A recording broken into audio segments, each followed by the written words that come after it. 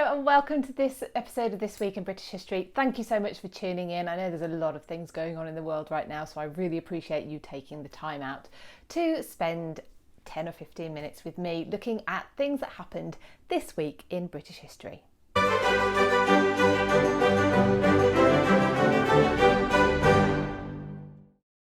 My name is Philippa Lacey-Bruhl and I run a little company called British History Tours, but when I'm not on tour, I like to talk history and do these weekly roundup episodes. I'm just doing these for 2020. I'm going to move on to doing something different on the YouTube channel come January 2021, but for now we're doing these roundups. And this week we have quite a few little stories to cover. Before we get started, if I could ask you to hit subscribe and hit the bell, that would be fabulous. I'm nearly at my 1,000 subscribers threshold, which would be great for me to get to. So yeah, please do. I know about 75% of people watching aren't subscribed, so if all you subscribed. Anyway, if you want a more daily history hit as well, you can find me on Facebook and Instagram and Pinterest. And if you're listening on the podcast, thank you very much for tuning in to the podcast. Right, this week, what have we got going on? This week, we have a superstar breakup. We have the Battle of Shrewsbury in 1403, the first time that the English engaged with the Spanish during the Spanish Armada, and Mary Queen of Scots is forced to abdicate. So first of all, the celebrity breakup. On the 20th of July 1968, Jane Asher on live TV revealed that her engagement to the Beatle Paul McCartney was over. Now Jane Asher, I don't know if you are watching from the US whether you know who Jane Asher is, so I won't spend a long time on this story, but Jane Asher is a familiar actress to anyone sort of my age or older in the UK. She was on telly a lot probably in the 80s and 90s. Now, the couple had met when she was she was 17 years old in 1963. And a year later, he moved in to her parents' townhouse in London, living in one of the attic rooms. Asher's background was more middle class as opposed to Paul's background, which was more working class up in Liverpool. And so he got a sort of different view of the world, if you like. He was introduced to classical music, and her mother actually taught Paul how to read music. Now, of course, you can't be a famous pop star singer-songwriter without being influenced by your real life in your songs, and don't we just love it when we can put a meaning to a song? And it is his turbulent relationship with Jane Asher that is supposed to have inspired a few of his songs, like We Can Work It Out, All My Loving, I've got a list here, and I Love Her, Here, There and Everywhere, and You Won't See Me. So she was an inspiration behind his music, as well as her parents been an inspiration on Paul McCartney, and his actual musical tastes, I suppose, were widened when he moved in with them, and of course actually been able to learn to read music, which I presume was very helpful. July 1968 saw the premiere of the Beatles movie Yellow Submarine. And at the premiere, Jane Asher was nowhere to be seen. 3 days later, she appeared on live television and announced to the nation that her engagement to Paul was over. Jane Asher is supposed to have said, well, we're childhood sweethearts, and perhaps when we're 70, we'll meet up again and get married. Well, they're more than that now, and Paul has been married twice since, obviously losing his first wife, Linda McCartney, and he divorced from his second wife, Heather Mills. But Jane is still happily married to her husband, who she's been married to since 1981. On the 21st of July 1403 saw the Battle of Shrewsbury between Henry IV of England, Henry Bolingbroke, and the Percys, who were influential men at court. Now I'm going to cover more about Henry IV in the mini-series, which I will start when I get to 100 subscribers. I've got there already. They've got to 1,000 subscribers, where I'm going to take you through how we got from each monarch to the next, probably starting with William the Conqueror, as is usually the way. I might go further back, we'll see. And Henry IV, what's interesting about Henry IV, he took the throne in 1399 from Richard II. Richard II was still alive. But Henry Bolingbroke, who became Henry IV, effectively was the first usurper we'll cover that in the new in the new series. But so Henry Bolingbroke had taken the throne in 1399, and he'd had support because people were disgruntled with Richard II, and he effectively persuaded them to get behind his cause.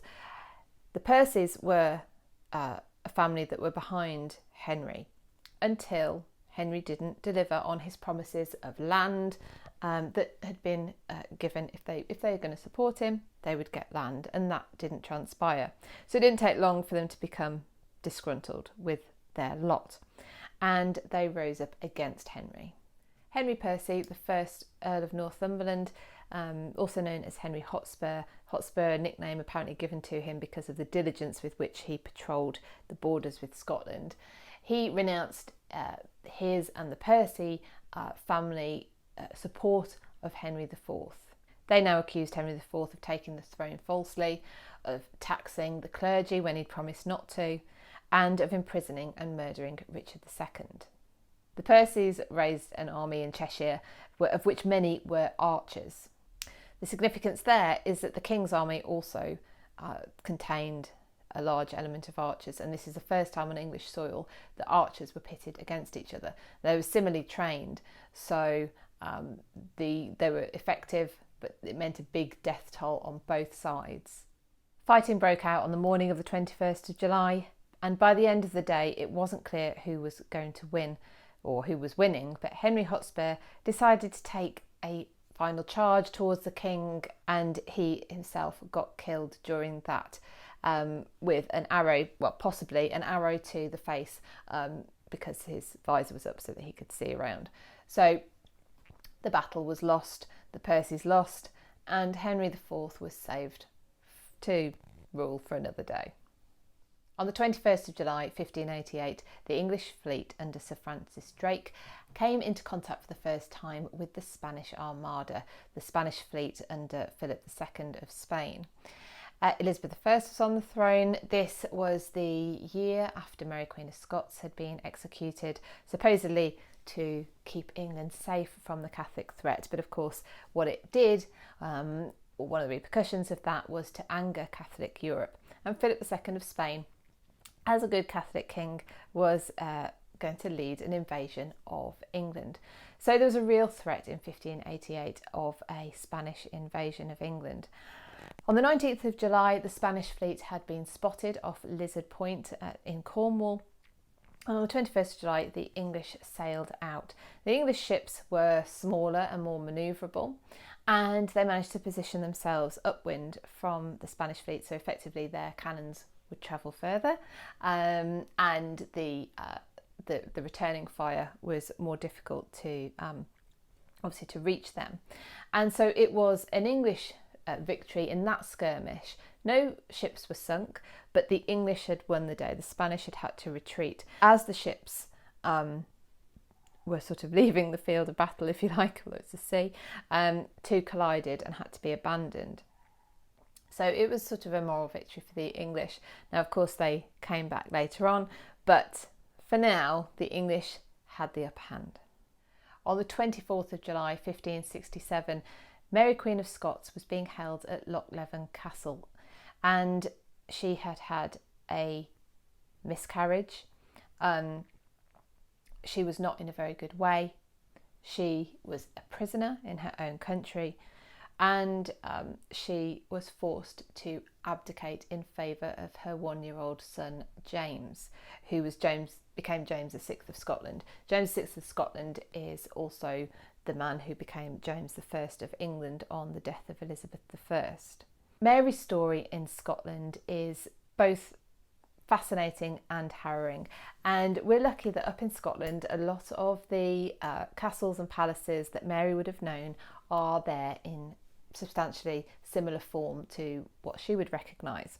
So if you're interested in Mary Queen of Scots, I have more videos about Mary Queen of Scots, but if you are the ultimate fan, then you might be interested to know that I'm taking a tour along with Sarah Morris, the Tudor travel guide, next year, and it's called In the Footsteps of Mary, Queen of Scots.